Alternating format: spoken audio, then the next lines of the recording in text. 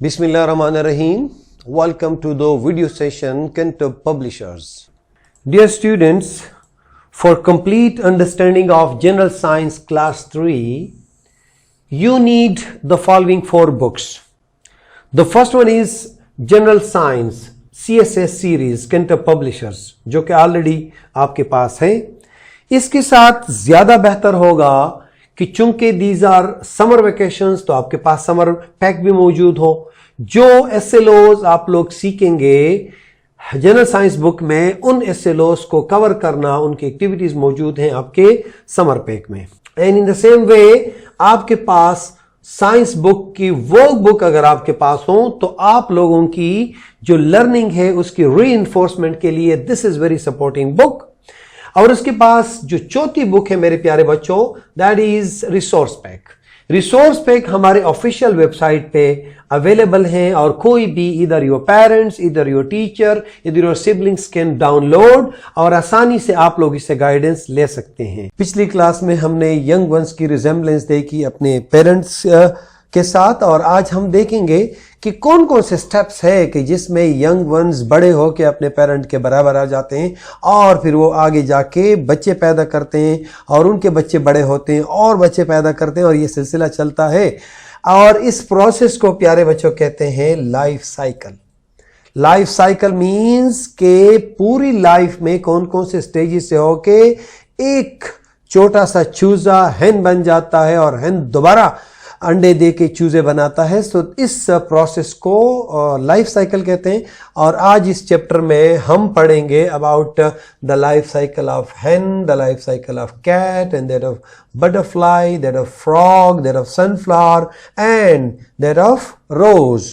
और आज के इस सेशन में हम 2 एनिमल्स के बारे में पढ़ेंगे और उसमें है number 1 is hen and number 2 is frog, and these both are very much interesting. बहुत इंटरेस्टिंग है और आप लोग कुछ चीजें तो आपको नजर आती हैं, ऑलरेडी आप जानते हैं, कुछ चीजें आज के सेशन के बाद आपको पता चल जाएंगी. तो प्यारे बच्चों, let's start with the life cycle of hen. अगर आप चाहो you can have a glance on the text. तो the life cycle of hen completes in 3 stages. सिर्फ 3 स्टेजेस में है, आसान है. और उसमें क्या होता है, फ्रॉम एग्स टू चिक, यानी अंडे और अंडे से चूजे बनना. माय डियर स्टूडेंट्स, जब मुर्गी अंडे दे देती हैं तो उसके ऊपर बैठ के अपनी बॉडी का टेम्परेचर एक्स को देती है और इस प्रोसेस को क्या कहते हैं, इंक्यूबेशन कहते हैं. और इसमें 21 दिन गुजारते हैं और 21 दिन के बाद अंडे टूट जाते हैं और चूजे निकल आ जाते हैं. And this is the process of incubation. तो प्यारे बच्चों देखो, यहाँ पे ये जो आपको hen नजर आ रही है वो अंडों पे बैठी है और अपनी बॉडी की टेम्परेचर उनको ट्रांसफर कर रही है. आफ्टर 21 डेज ये अंडे क्या हो जाते हैं, ब्रेक हो जाते हैं और ये चूजे उसमें से निकल आ जाते हैं जो आपको नजर आते हैं. और उसके बाद फ्रॉम चिक टू hen, राइट. तो उसके बाद क्या हो जाता है, जो नेक्स्ट स्टेप है वो ये जो अंडा था ये बन गया 21 डेज में. अब ये जो आपको चिक नजर आ रहा है, it takes 90 days to become an adult hen. और उसके बाद जो नेक्स्ट स्टेप है that is quite easy and very simple. ये जब मुर्गी दोबारा अंडे देती है और अंडे से फिर चूजे बनते हैं और इस चूजे से फिर मुर्गी बनती है, इसलिए इसको साइकिल कहते हैं. यू सी द प्रोसेस, देखें, दिस इज साइक्लिक प्रोसेस. ये जो आपको नजर आ रहा है ये गोल घूमता है और इस तरीके से वो एक जनरेशन से दूसरे जनरेशन को पहुंचती है. यानी हमारे फोर फादर्स ने भी मुर्गियां पाली और उन्होंने अंडे दिए, उनसे चूजे पैदा हुए और वो सिलसिला आज तक हमारे तक पहुंचा. यहाँ पे एक छोटा सा इंटरेस्टिंग इंफॉर्मेशन है, let's just have a read. And this is a hen can lay between 100 to 300 eggs per year. She can lay an egg per day as well. और मुझे याद है हमारे घर में मुर्गियां होती थी और हम हर बहन भाइयों की अलग अलग मुर्गी हुआ करती थी और जब हमारी मुर्गियां अंडे देते तो हम बड़े खुश होते थे. अगर आपके घर में जगह है then I'll be suggesting it for you कि अपने पेरेंट्स से कहो कि आपके लिए वहाँ पे 1-2 मुर्गियाँ पालें और उसके अंडे बड़े मज़ेदार होते हैं बाजार के अंडों के निस्बत. And this was the outcome of today's session. Going towards frog. हाँ, frog भी अंडे देते हैं, लेकिन उनके अंडे कभी खाने की जिद नहीं करनी, क्योंकि उनके अंडे खाए नहीं जाते. Okay, so उसमें my dear students, the life of frog is different than that of hen. उसके अंदर 5 steps होते हैं, जबकि hen में सिर्फ 3 steps थी. और उसके लिए we have to go on the next page. And this is very much interesting. First पे जो स्टेप है उसमें क्या होता है, फर्स्ट स्टेप में सिर्फ ये फ्रॉग अंडे दे देते हैं. और ये देखिए, ये आपको ट्रांसपेरेंट चीज में बिल्कुल इस तरह की चीजें नजर आती हैं, स्मॉल लिटिल डॉट्स. ये अक्सर पानी में अंडे दे देते हैं. और उससे आगे जाके it takes the next step जो है, that is embryo.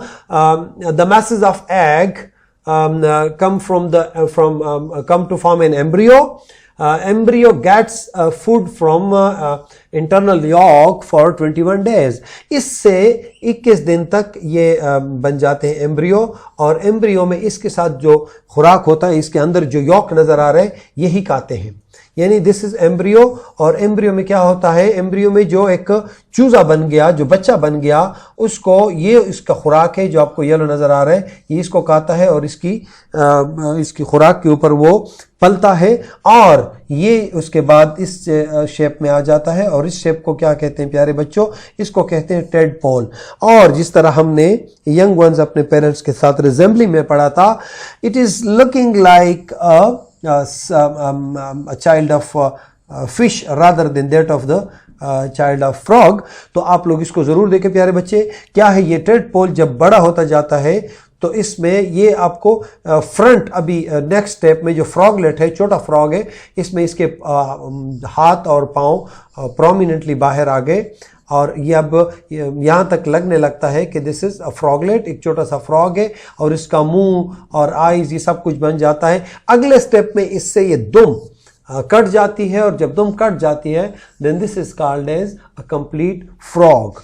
So you can say step number 1, step number 2, step number 3 और step number 4 and this is step number 5.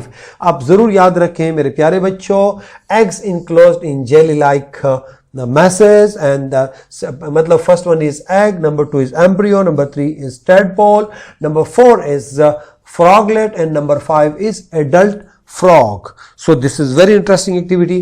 You just go to the read on the text. You will enjoy it. and text कभी नहीं भूलिएगा मेरे प्यारे बच्चों, इसको जरूर देखें. हाँ, इसके बाद हमने जो नेक्स्ट लाइफ साइकिल्स पढ़ेंगे और उसके बाद आप लोगों का जो असेसमेंट होगा, that will be done on the workbook and the summer task. So best of luck my dear students. See you in the next class. Allah Hafiz.